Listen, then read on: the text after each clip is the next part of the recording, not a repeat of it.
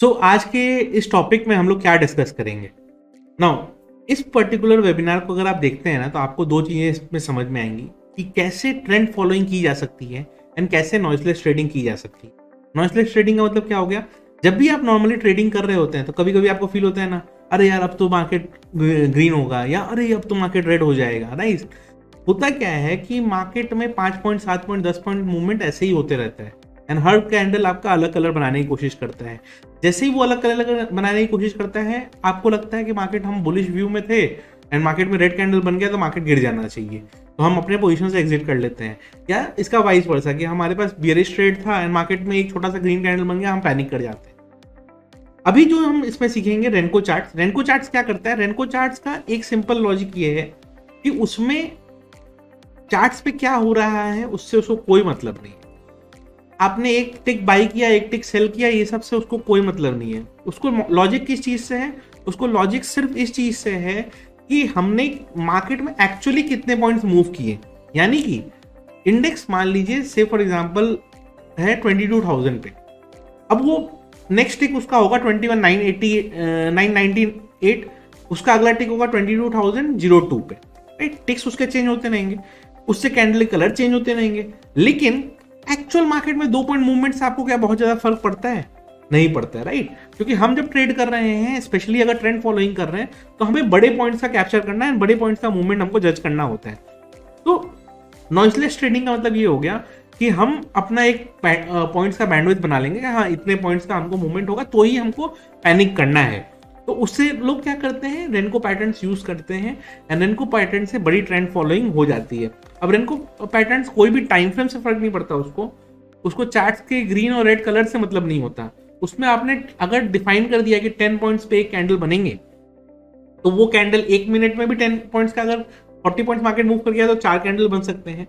And अगर market 10 minutes तक भी मूव नहीं किया 10 पॉइंट्स तो वो एक कैंडल भी नहीं बनाएगा। तो रेनको पैटर्न्स यही काम करता है कि एटलीस्ट जो भी आपने बेस मिनिमम पॉइंट्स डिफाइन किए उतने पॉइंट्स का मूवमेंट हो जाए, सो दैट आप अपना प्लान कर सकते हो। और इसका एडवांटेज क्या होता है कि इससे आप अपने स्टॉप लॉस वगैरह की प्लानिंग अच्छे से कर पाते हो। तो अभी जैसे क्या है कि इसको जब आप सीख लेंगे ना, और मैं ये भी सिखाऊंगा कि यूज कैसे करेंगे, एंट्री कैसे प्लान करेंगे, एग्जिट कैसे प्लान करेंगे, सो दैट क्या होगा, थोड़ा सा आपको क्लैरिटी रहेगा। प्लस रेनको पैटर्न्स को फ्यूचर्स ट्रेडिंग में बहुत ज्यादा यूज किया जाता है। उसमें ठीक है, फ्यूचर्स ट्रेडिंग तो हम करेंगे, लेकिन ऑप्शंस ट्रेडिंग अगर हमको करना होगा तो हम उसको किस लॉजिक से यूज कर सकते हैं उससे हम भी उससे समझने की कोशिश करेंगे। तो चलिए मैं स्क्रीन पे आप लोगों को लेके चलता हूँ एंड स्क्रीन पर मैं दिखाता हूँ कि रेनको पैटर्न्स किस तरह से काम करते हैं। तो देखिए अभी ये जो आपको दिख रहा है निफ्टी बैंक का चार्ट, ये एक नॉर्मल निफ्टी बैंक का चार्ट है 5 मिनट टाइम फ्रेम का एंड नॉर्मल कैंडल्स का चार्ट है ये। अब आप इसमें नोटिस करो, कुछ देर पहले ग्रीन कैंडल था, उसके बाद 2 रेड कैंडल बना, अभी यहाँ पे एक कैंडल है जो कि अब बार बार अपना कलर कभी ग्रीन कर रहा है कभी रेड कर रहा है, राइट? बट एक्चुअली देखिए आप तो मार्केट वही 46,355 है, उसी से 2-3 पॉइंट ऊपर जा रहा है, 2-3 पॉइंट नीचे जा रहा है, उतना में वो ग्रीन रेड ये सब कर रहा है। बट एक्चुअली ये 2-3 पॉइंट 4 पॉइंट जो मूवमेंट हो रहा है इससे कोई फर्क पड़ रहा है क्या ऑप्शन प्राइस में? तो एक्चुअली देखेंगे तो कोई बहुत ज्यादा फर्क नहीं पड़ेगा, 2-4 पॉइंट के मूवमेंट में कितना ही फर्क पड़ जाएगा।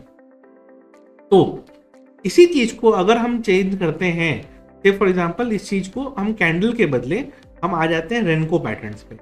जैसे ही मैंने रेनको क्लिक किया, आप देखिए ये कैसा दिख रहा है।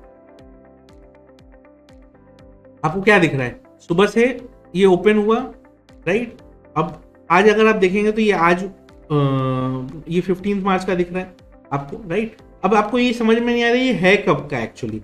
और अगर आप सुबह से देखेंगे ना तो आज का जैसे 9:15 से अगर आप देखेंगे तो कंटिन्यूसली ये सिर्फ गिर ही रहा है और कंटिन्यूसली अभी तक गिर रहा है, राइट? अगर आप सेम चीज को अगर आप देखेंगे, इसकी सेटिंग्स को अगर हम चेंज करें एंड सेटिंग्स पे अभी 67 पॉइंट्स किया हुआ है, मैं इसको अगर मैं मानूं कि मेरा बैंक निफ्टी का स्टॉप लॉस 50 पॉइंट्स ही होता है स्पॉट पे, तो मैं इसको 25 करता हूं। मैंने जैसे ही इसको 25 किया, अब देखिए अब इसके जो ब्रिक्स बनेंगे ये अब 25 पॉइंट्स के ब्रिक बनेंगे। यानी कि मार्केट आज ओपन हुआ, ठीक है, मार्केट ने आज ओपनिंग करी, अब ओपनिंग करके हर 25 पॉइंट्स पे उसके एक ब्रिक बनते जा रहा है, हर 25 पॉइंट्स पे एक ब्रिक बनते जा रहा है, हर 25 पॉइंट्स पे एक ब्रिक बन रहा है। लग रहा है मार्केट रिवर्स करेगा ना, तो भी देखो एक ब्रिक ऊपर गया और उसके बाद वापस मार्केट टर्न ही कर गया। फिर यहाँ पे मार्केट में थोड़ा सा रिवर्सल आया, फिर यहाँ पे डिप, फिर वापस बाउंस, फिर यहाँ पे वापस मार्केट इस लेवल पे आके बैठा हुआ है। तो इतने सारे आपको मूवमेंट्स आपको दिखाई दे रहे हैं, राइट, इतने सारे मूवमेंट्स आपको दिख रहे हैं एंड इतने सारे मूवमेंट्स को आप देख रहे हो, बट इवेंचुअली एक ब्रेक बन रहा है 25 पॉइंट्स का ही।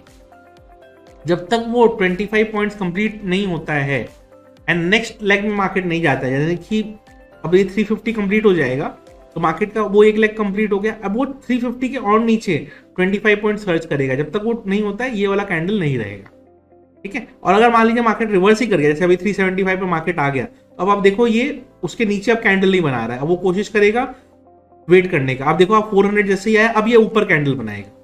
तो मान लीजिए कोई शॉर्ट पे था एंड उसका स्टॉप लॉस था कि भाई 350 में मार्केट है, हमारा 400 पे स्टॉप लॉस रहेगा, तो वो उसने क्या, अब देखिए तो उसका अब ये ग्रीन कैंडल बनना चालू हुआ, तो ये अब ऊपर के तरफ मूव अगर करता है तो आपका स्टॉप लॉस टेक्निकली ऊपर के साइड शिफ्ट हो जाएगा, राइट। और यही सेम चीज अगर आप मैं पैरेलली अभी निफ्टी के चार्ट पे देखूं तो यहाँ पे देखिए किस तरह से मूवमेंट हो रहा है, कभी मार्केट बाउंस कर रहा है, कभी डिप दे रहा है, कभी किस तरह से मूवमेंट कर रहा है, राइट। तो ये सब मल्टीपल चीजें चलती हैं एंड मल्टीपल चीजों के हिसाब से आपको सोचना पड़ता है एंड उसी हिसाब से कैलकुलेट करना पड़ता है एंड आपको अगर आप नोटिस करोगे तो ये पैटर्न्स में आपको एक चीज का जजमेंट मिलेगा, जजमेंट ऐसा मिलेगा आपको कि कब क्या डिसीजन लेना है। तो मैंने जैसे 25 पॉइंट्स बनाए, इसको लॉजिकली कैसे यूज करेंगे ये सब चीजें हम लोग सीखते हैं एंड लॉजिकल यूज के बाद हम इसको कैसे अप्लाई करेंगे इन प्रैक्टिकल मार्केट ये मैं सिखाऊंगा, प्लस मैं सेम चीज को ट्रेडिंग व्यू पे लगाना भी सिखाऊंगा आपको एंड सेम चीज को हम अभी चार्ट IQ पे भी देखेंगे एंड ये दोनों चीज देखने के बाद हम एक्चुअल जजमेंट करेंगे कि इससे हम ट्रेडिंग जजमेंट कैसे ले सकते हैं।